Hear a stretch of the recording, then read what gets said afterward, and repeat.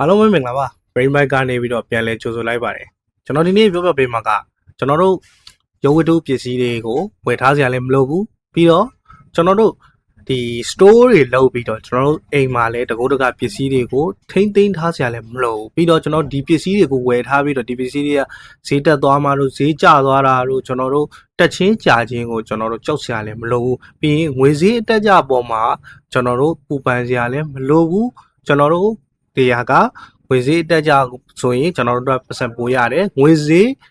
လျှော့သွားရင်လည်းကျွန်တော်တို့ကရှုံးမရှိဘူးဆိုတဲ့စီးပွားရေးလေးတစ်ခုကြောင့်ကျွန်တော်ပြောပြမယ်ဒီစီးပွားရေးလေးကတော့ကျွန်တော်တို့ဘာလဲဆိုတော့ကျွန်တော်တို့ digital product တွေကိုရောင်းတဲ့ digital drop shipping ဆိုတဲ့ business online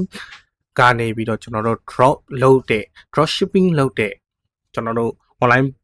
digital product တွေကိုရောင်းတဲ့ business လေးသေးစားလေးတစ်ခုပေါ့ဒီဟာကိုကျွန်တော်တို့ digital products တွေကိုရောင်းတဲ့အတွက်ကျွန်တော် digital drop shipping လို့ခေါ်တာ။ဘာတွေရောင်းလဲဆိုကျွန်တော်တို့ software တွေရောင်းတယ်ပြီး software license တွေရောင်းတယ်ပြီးရင်ကျွန်တော်တို့ဒီ stock photo တွေပြီးရင်ဒီကျွန်တော်တို့ design template တွေပြီးရင်ကျွန်တော်တို့ဘာတွေရောင်းလဲဆိုရင်ကျွန်တော်တို့နောက်ထပ်ဒီ music ဆိုကျွန်တော် sound effect တွေရှိမယ်နောက်ထပ်ကျွန်တော်တို့ sound music beat တွေပြီးရင်ကျွန်တော်ဒီ stock photo တွေနောက်ထပ်ဟာတွေအများကြီးရှိတယ်ကျွန်တော်တို့ online course တွေနောက်ထပ် digital product ပေါင်းများတော့အများကြီးရှိတယ်ခုနကတော့ဒါကတော့လူတိုင်းသိတဲ့အရာလေးပေါ့ဒါတွေကိုကျွန်တော်တို့ကဘယ်လိုရောင်းရလဲဆိုရင်ကျွန်တော်တို့ supplier တယောက်ရှိရနေပြီးတော့တွားပြီးတော့ကျွန်တော်တို့ယူပြီးတော့ကျွန်တော်တို့ဒီဘက် customer ဘက်ကိုကျွန်တော်တို့ကယူရောင်းပေးဦးမယ် supplier ဆိုတာကလည်းဒီကျွန်တော်တို့ဥမာ online course တွေပတ်သက်ပြီးပြောရမယ်ဆိုရင်ကျွန်တော်တို့တော်တော်များများတော့ reseller လုပ်တယ်လို့ပြောတာဒီ reseller လုပ်တယ်ဆိုတာတဲ့ဒီ digital drop shipping ကြတော့ကျွန်တော်တို့က easy ပဲကျွန်တော်တို့ဘာတွေရှိထားမလဲ digital drop shipping လုပ်မယ်ဆိုကျွန်တော်တို့ပုံမှန်ဆိုရင် Facebook စာမျက်နှာရှိမယ် Facebook ရှိမယ် Facebook နောက်ဆုံးပြီးရင်ကျွန်တော်တို့ Facebook ဆိုတာထက်ကျွန်တော်တို့ Facebook page ရှိမယ် Facebook page ပေါ်မှာဒီ digital product တွေကိုတော့ကျွန်တော်တို့ပုံပြထားရမယ် okay ဒီ digital product ကိုလိုချင်တဲ့လူကလာပြောတဲ့ခါကျရင်ကျွန်တော်တို့ခဏနေပါ okay ကျွန်တော်တို့ကိုငွေမလွှဲချင်ဘူးဆိုရင်လည်းကျွန်တော်တို့ဥမာယုံကြည်ရတာပေါ့အရင်ဆုံးဥမာငွေလွှဲပြီးပါတယ်โอเคသူတို့ကိုကျွန်တော်တို့ကို online course ဆိုရင်ဟုတ်ပြီကျွန်တော်တို့ဒီဘာလဲဆိုရင်အင်္ဂလိပ်ပေါ့အင်္ဂလိပ် course တခု basic to advanced လာမယ်အင်္ဂလိပ်စာနဲ့ပတ်သက်ပြီးတော့အင်္ဂလိပ်စာပေါ့နော်လေ့လာခြင်းတဲ့လူတွေရှိတယ်အဲ့လိုမျိုးလို့ကျွန်တော်ရှိမှာဒီ online course ကိုရှိအဲ့ဒီအတွက်ဒီ online course ကိုကိုယ်တိုင်ဖန်တီးပြီးရောင်းရင်တော့ပိုကောင်းတယ်ဒါအလားမဟုတ်လေဖန်တီးပြီးသားလူပေါ့နော်ဆရာတယောက်ရှိတယ်ဆိုဒီဗီဒီယိုတွေ online course ဗီဒီယိုတွေကိုတွားပြီးဆရာဟိုကျွန်တော်ရောင်းခြင်းတယ်ဒါလေးကိုကျွန်တော်ဆရာဟာတော့ဆရာကိုရောင်းပေးမယ်ဆရာရှိကအကျိုးမြတ်ဆရာပေးစရာလည်းမလိုဘူးကိုကတကယ်လို့သူ့ဘက်ကနေပြီးတော့ကျွန်တော် commission ကပြန်ပေးတာတော့ဘာလို့ဆိုရင်တော့ကိုကထက်ရတကယ်လို့ဆရာကျွန်တော်ဆရာ course ကိုကျွန်တော်ရောင်းအောင်လုပ်ပေးမယ်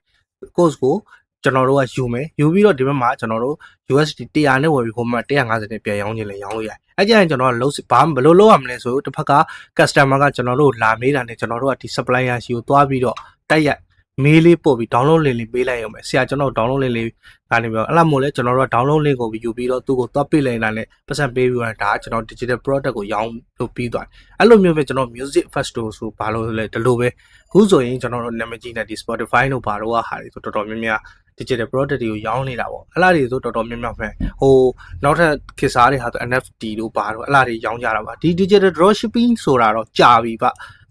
ကဘာပေါ်မှာတော်တော်များများကြာပြီဒါပေမဲ့ကျွန်တော်လည်း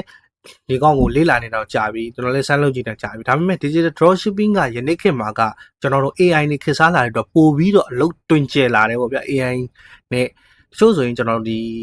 ဟိုမှာကျွန်တော်တို့အရင်ကဆိုရင် AI နေမပေါ်ခင်တော့ auto reply message တွေနဲ့ကျွန်တော်လုပ်လို့ရတယ်အခုကတော့ AI နေပေါ်လာပြီးဖြစ်တဲ့အတွက်အားလုံးကကျွန်တော်တို့ AC လုပ်လို့ရ AI နဲ့အတွက် AI နေပေါ်လာတဲ့အတွက်ကျွန်တော်တို့ဒီလက်ရှိ digital drop shipping ကတော်တော်ကိုမြန်တဲ့အမျိုးအစားတွေမှာပါတယ်အဲ့ဒါကြောင့်ကျွန်တော်ကဒီ digital drop shipping ကိုကျွန်တော်ကဘာလဲဆိုတာကိုကျွန်တော်ဒီဗီဒီယိုမှာပြောပြပေးသွားတာပါ digital drop shipping နဲ့ပတ်သက်ပြီးတော့အစားဆုံးကိုကျွန်တော် step by step ဘယ်လိုလုပ်တာလဲဆိုရင်ကျွန်တော်နောက်ဗီဒီယိုတွေမှာကျွန်တော်ထပ်ပြီးတော့ရှင်းပြပေးသွားပါမယ်အားလုံးပဲကျမချမ်းသာကြပါစေကောင်းမွန်တဲ့နေ့ရက်လေးများကိုပိုင်ဆိုင်နိုင်ကြပါစေလို့ဆုတောင်းပေးလိုက်ပါတယ်